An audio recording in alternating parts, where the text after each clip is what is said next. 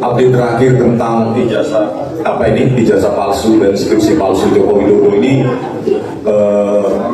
dikeluarkannya Al-Ghurzo Buzzer yang memframing bahwa kami ada yang membayar, ada donatur atau pendana besar atau bohir. Ini sengaja di framing agar perjuangan ini menjadi diragukan oleh seluruh masyarakat Indonesia dan khususnya elemen-elemen mahasiswa. Tetapi ya inilah cara mereka atau taktik dari skenario mereka pada Al-Ghurzo Buzzer ini dikeluarkan ya, seperti Sylvester dan Ngabali ya. Mereka bebas memfitnah ya, menuduh kami bahwa kami dibayarin, padahal pada saat mengkaji secara ilmiah masing-masing itu kami bahkan dengan bukti pun saya nggak saling kenal gitu. Nggak kenal sama sekali. Bahkan Pak Roy pun di kasus Jessica Wongso pun kami bertentangan secara diametral kajian kami. Jadi ya inilah sesuatu yang susah disatukan, tetapi pada saat kajian ilmiah itu bertemu dan konvergen, ya sudah kami berjuang begitu. Nah berikutnya bahwa tadi telah diterangkan sedikit oleh Pak Roy Suryo ya, dan Bu Tifa, ternyata apa yang ditampilkan di monitor pada saat di Bidung itu menjelaskan atau memamerkan bukti-buktinya secara elektronik ya, bukan secara fisik atau analog. Terbukalah beberapa rahasia seperti bahwa Pak Jokowi atau seseorang yang dikatakan Joko Widodo di formulir tersebut itu terdaftar sebagai seorang mahasiswa sarjana muda. Nah, sarjana muda tentu tidak memiliki gelar insinyur kehutanan. Nah, total dari SKS-nya 122. Mudah-mudahan ini diulangi lagi nanti di Anius Rakyat Bersuara, sehingga rakyat tahu, karena penyebaran informasi lewat Anius ini ya, Rakyat Bersuara ini saya kira signifikansinya sangat tinggi. Jadi kalau bisa Pak Roy dan Bu Tifa diulangi lagi ya, bahwa di dalam transkrip nilai tersebut tidak ada nilai skripsi. Itulah ya yang menjadi kajian saya, bahwa jika skripsinya palsu, hasil reproduksi dengan teknologi yang tidak sesuai tahun 1985, berarti itu adalah skripsi abal-abal ya, baik secara kesesuaian teknologi maupun secara administrasi akademik, tidak adanya lembar pengesahan skripsi terkait, dosen penguji ya, maka skripsi yang palsu tentu akan melahirkan ijazah yang palsu. Meskipun ijazahnya itu sekarang masih disimpan, masih tidak boleh diketahui publik ya, tetapi dari skripsi tersebut bisa kita simpulkan bahwa ijazah itu yang dipegang oleh siapapun itu palsu ya. Sama seperti ya, saya dilahirkan dari seorang ibu ya, maka jika ibunya palsu pasti saya juga palsu kan begitu. Jadi kembali lagi bahwa satu-satunya senjata mereka saat ini adalah memframing atau menskenariokan bahwa ada yang mendanai TPUA, Pak Rizal Badila, yang membiayai, mendanai, mengoperasi segala macam. Itu terimplikasi dari 97 pertanyaan yang ditanyakan kepada saya. Dan hebatnya ya, kepolisian kita dan para pengacara Joko Widodo, saking dendamnya ya mereka pada saya terutama, sampai 97 pertanyaan, dan pasal-pasalnya pun memberikan sampai junto-juntonya itu sampai 8 pasal. Seolah kami musuh negara, seolah kami pernah mencuri uang negara ya, seolah kami seseorang yang perlu secepatnya dikurung begitu ya, dari pasal-pasal tersebut ya. Jadi kalau kita lihat kasus-kasus korupsi sendiri, hukumannya cuma 6 tahun padahal negara dirugikan 300 triliun. Kita yang menggunakan otaknya tanpa ada yang bayar, tidak bias, bahkan bisa dipertentangkan, diseminarkan secara nasional maupun internasional, siap untuk diadu. Tetapi sampai saat ini satu pun ahli forensik dari pihak sana ya, tidak mau muncul. Yang ada adalah online ya. Kalau online itu bisa sesukanya di tengah-tengah cheerleadernya ya, tetapi kalau face to face ya, kita bawa curut masing-masing ya. Saya tantang dari pihak Pak Jokowi, ayo Pak, daripada Anda sibuk menghadiri sidang nanti dan ditanyakan proses akademik mulai dari A sampai Z, kenapa tidak kita lakukan seminar nasional atau seminar internasional? Bawa ahli-ahli dari pihak Pak Jokowi, ahli-ahli dari kami, ahli-ahli dari universitas. Karena ini ilmu sangat sederhana, sangat sederhana. Tetapi penjelasan dari Dirtipidum yang menyimpulkan bahwa dengan diraba, dirasakan ada cekungan terhadap atau atas lembar pengesahan skripsi tersebut, lalu disimpulkan ada merupakan produk dari handpress atau letterpress, itu merupakan kesimpulan yang sangat memalukan Pak Prabowo Subianto.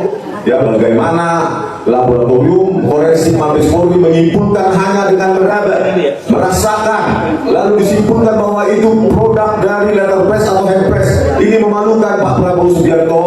Ya, negara besar seperti kita, kesimpulan forensiknya hanya dengan meraba, merasakan ada cekungan.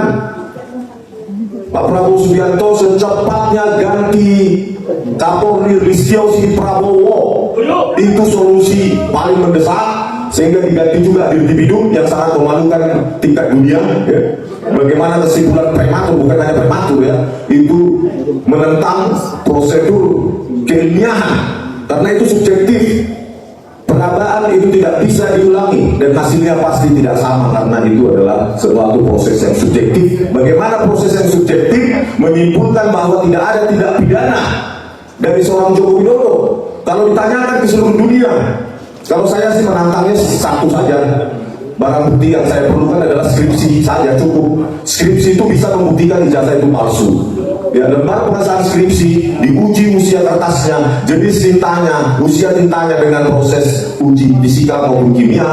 Ya, dan secara digital forensik saja sudah saya temukan lewat algoritma CNN ya, convolutional neural networks itu, AI atau deep learning. Itu sudah gampang. Bahkan anak-anak sekarang kuliah pun sudah mulai membuktikan apa yang saya katakan, bahwa secara AI, ya, phone identification itu sudah membuktikan itu Times New Roman. Ini kalau dilakukan pembenaran dan pengkhianatan terhadap ilmiah oleh Barreskrim, ya, maka kita akan ditertawakan dunia, ditertawakan. Bagaimana lembar pengesahan skripsi yang sudah sangat modern itu diproduksi tahun 1985, dan ketika pengujian lewat rabaan, perasaan dan cekungan itu dikonfrontasi atau diuji dengan kesaksian dari pemilik percetakan yang juga subjektif, tidak direkonstruksi di depan atau di laboratorium forensik Mabes Polri, itu adalah proses penyesalan publik. Seharusnya ya, Dirtipidum yang ingin saya dengarkan adalah setelah kami uji fisika, kimia, uji tekanan lewat electrostatic detection device, bahwa itu adalah produk kertas tahun sekian, tinta tahun sekian, jenis kimia tinta sekian, maka lembar pengesahan tersebut otentik. Ini kan tidak. Keotentikan diuji dengan proses subjektif, dengan indera perasa, dibandingkan dengan statement dari percetakan perdana. Nah, bagaimana hal ini bisa kita percayai, mengingat kasus KM50 saja polisi lah yang menghilangkan barang bukti digital, yang memerintahkan CCTV dan HP di rest area KM50 untuk dihapus. Ya, kasus Jessica Woso lebih parah, lebih fatal lagi. Ya, seorang kepala laboratorium komputer forensik Muhammad Al-Azhar dan rekannya Christopher Hari Marianto menggunakan software gratisan untuk mengabul-abulkan, sehingga tangan Mirna Salim tidak terlihat, mengambil sedotan dari atas meja dan dituduhlah Jessica yang sudah memasukkan sebelum Mirna Salim datang. Itu kan sesuatu yang kejam. Seorang anak manusia dihukum 20 tahun hanya karena perbuatan orang-orang biasa di laboratorium komputer forensik Mabes Polri. Ya. Kalau Pak Prabowo nggak percaya, Prabowo Subianto, pertemukan saya dengan Muhammad Al-Azhar dan di depan Kapolri Listio Sigit Prabowo. Saya punya data ilmiahnya, Pak Prabowo Subianto. Orang-orang semacam inilah orang yang perlu dibersihkan dari kepolisian, karena kami terlibat membayar pajak 126 triliun anggaran Polri. Itu kan dari keringat kami juga. Gitu. Kami sayang sama Polri. Justru pengkhianat yang di dalam itu yang nggak sayang sama kepolisian. Kami ingin kepolisian kembali lagi ke marwah asalnya, yang mencintai, mengayomi rakyat Indonesia. Tetapi bukan dengan cara manipulasi barang bukti seperti kasus Villa Cirebon yang sekarang 6 terpidana masih seumur hidup hanya karena ekstraksi SMS dari digital forensik Polda Jabar di sini tidak dipakai untuk mereka adegan rekonstruksi dalam penuntutan, dalam pertimbangan hakim. Seharusnya jika itu dipakai, maka ekstraksi SMS pukul 22.14.10 tersebut bisa membebaskan ke-6 terpidana tersebut, bukan menjadi terpidana seumur hidup. Dan alasan penolakan MK adalah karena bukti ekstraksi SMS digital forensik Polda Jabar tersebut tidak diuji di pengadilan. Itu kan konyol sekali bagi saya. Kalian yang tidak menguji, kepolisian yang tidak menguji, jaksa maupun hakim yang tidak menguji dan menggunakan bukti ekstraksi SMS tersebut, tetapi anak manusia, anak orang yang harus mendekam di penjara seumur hidup. Di mana keadilan itu, Pak Prabowo Subianto? 6 orang sekarang seumur hidup. Saya sampai menangis, Pak. Tanya istri saya, mengingat mereka, karena saya pernah memeluk mereka ketika saya menjadi ahli di sana. Saya melihat wajah mereka, bagaimana ini hukum di Indonesia ini. Bukti yang seharusnya dihadirkan untuk dalam proses reka adegan, dalam penuntutan maupun pertimbangan hakim, yang seharusnya bisa membebaskan mereka. Pak Prabowo Subianto sudah sangat parah hukum di Indonesia ini, Pak. Sangat parah, Pak. Sangat parah di rezim Joko Widodo. Kanjuruhan 135 orang tewas, tetapi hampir 3 jam video CCTV di lobi utama dan parkiran hilang. Kemana itu? Itu semua di zaman Joko Widodo itu. Kanjuruhan, K50, Villa Cirebon, Jessica Woso. Saya selalu berteriak seperti itu, terutama kepada ke-6 anak manusia yang sekarang masih di penjara sampai akhir hidupnya nanti. Di mana ahli-ahli hukum sekarang?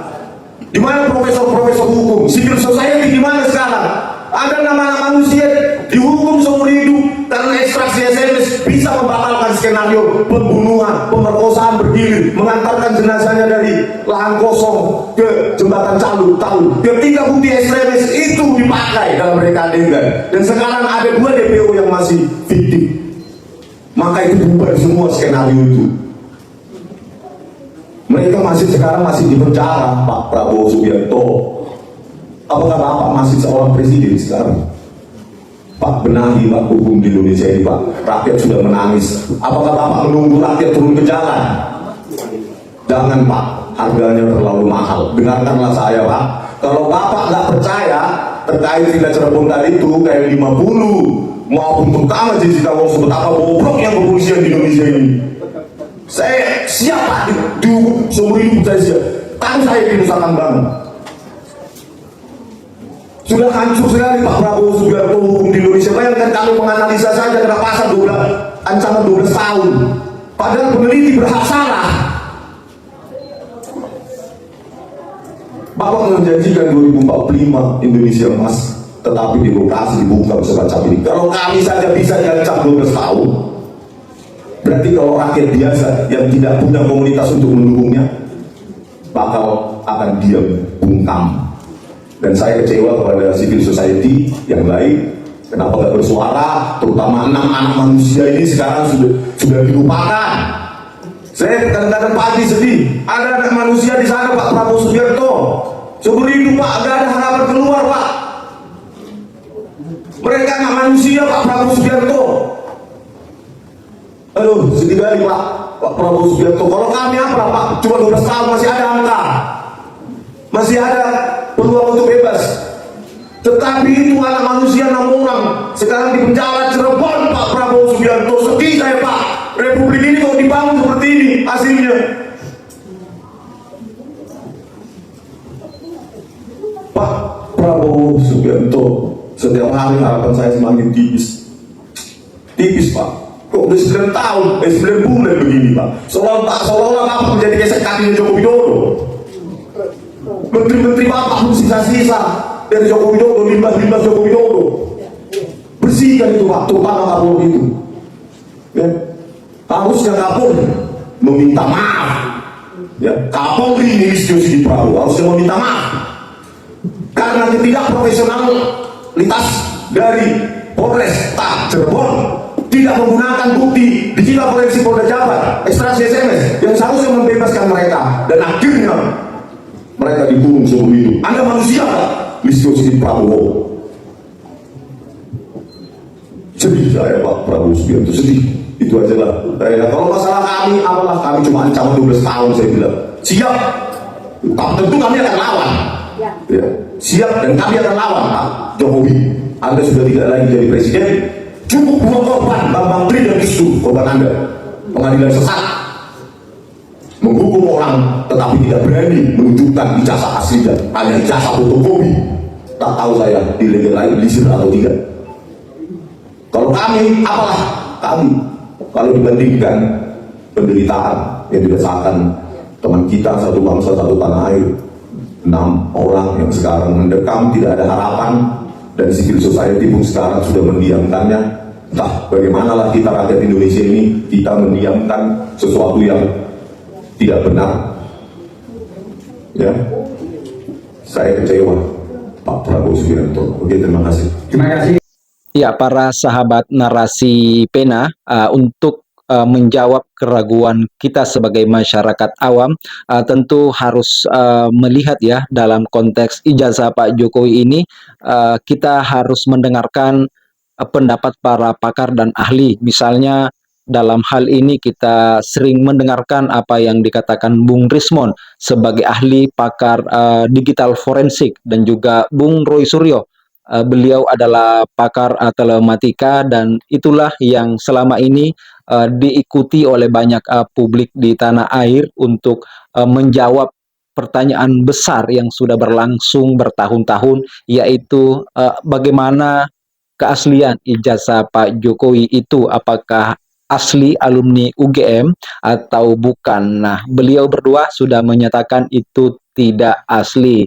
Nah, untuk para ternak Mulyono, jangan membenci kita yang mempertanyakan ijazah Pak Jokowi. Kita kok tidak membenci pribadinya, tidak menyerang pribadinya, tapi beliau sebagai pejabat publik, dan ijazah inilah dulu yang dipakai untuk mendaftar sebagai wali kota Solo dan juga gubernur Jakarta, presiden 2 periode, dan itulah yang kita mengapa turut bersuara mempertanyakan ijazahnya, karena jabatan publik yang sebelumnya melekat pada beliau. Sekian, terima kasih.